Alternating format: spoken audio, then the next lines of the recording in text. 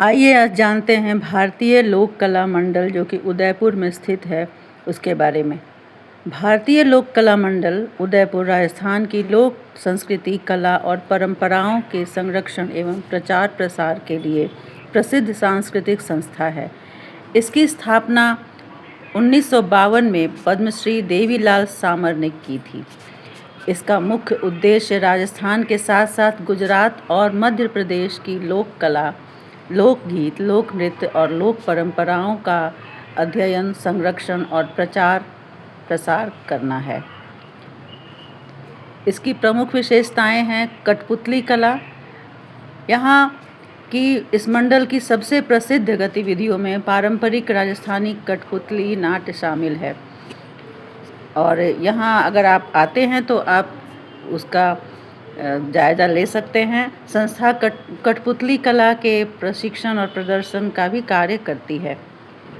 बहुत ही आनंददायक यह कठपुतली का जो नृत्य होता है वो देखने में होता है। लोक नृत्य एवं संगीत के बारे में जानते हैं। राजस्थान के विभिन्न लोक नृत्यों, लोक गीतों और लोक नाट्यों को मंच पर प्रस्तुत किया जाता है। यहाँ पर लोक कला संग्रहालय के बारे में जानें। यहाँ राजस्थानी वेशभूषा, आभूषण, मुखौटे, कठपुतलियाँ, लोक वाद्य यंत्र, चित्र, लोक देवताओं की प्रतिमाएं और अन्य पारंपरिक वस्तुएं प्रदर्शित हैं। शोध एवं प्रशिक्षण संस्था लोक कला और लोक संस्कृति पर शोध करती है तथा कलाकारों और विद्यार्थियों के लिए प्रशिक्षण कार्यक्रम भी आयोजित करती है। लोक संस्कृति का संरक्षण आधुनिक समय में लुप्त होता लोक परंपराओं को जीवित रखने में इसका महत्वपूर्ण योगदान है। संस्था के संस्थापक देवीलाल सामर ने अपना जीवन लोक नृत्य, लोक गीत, कठपुतली और लोक नाट्य के संरक्षण को समर्पित किया। उनके प्रयासों से लोक कलाकारों को मंच और सम्मान मिला तथा लोक कलाओं को राष्ट्रीय और अंतर्राष्ट्रीय स्तर पर पहचान भी मिली। अगर आप यहाँ आते हैं तो आपको ये लोक कला मंडल बहुत ही आकर्षक लगेगा। यहाँ हर तरह के आप वस्तुएं देख सकते हैं। एक संग्रहालय के रूप में भी, जैसा मैंने बताया, ये यहाँ पे स्थित है। संक्षेप में कहा जाए तो भारतीय लोक कला मंडल केवल एक संग्रहालय नहीं बल्कि राजस्थान की जीवित लोक संस्कृति का संरक्षण, प्रदर्शन, प्रशिक्षण और शोध केंद्र है। आइए जानते हैं इस संस्था के प्रमुख उद्देश्य क्या हैं। इस संस्था के उद्देश्य कुछ इस प्रकार हैं।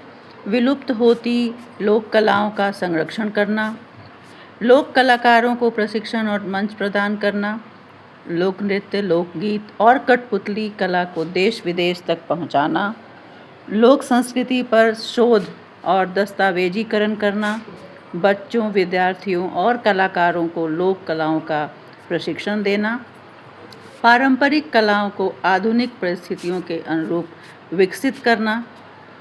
देवीलाल सामर जी का योगदान भी इसमें बहुत ही अद्भुत है। उन्होंने अपना जीवन लोक नृत्य, लोकगीत, कठपुतली और लोक नाट्य के संरक्षण को समर्पित किया।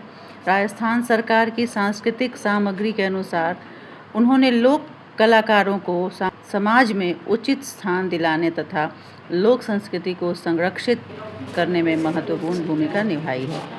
उनके प्रयासों से कठपुतली और लोक नाट्य को केवल पारंपरिक मनोरंजन के रूप में नहीं बल्कि शिक्षा और सामाजिक जागरूकता के प्रभाव माध्यम के रूप में भी विकसित किया गया।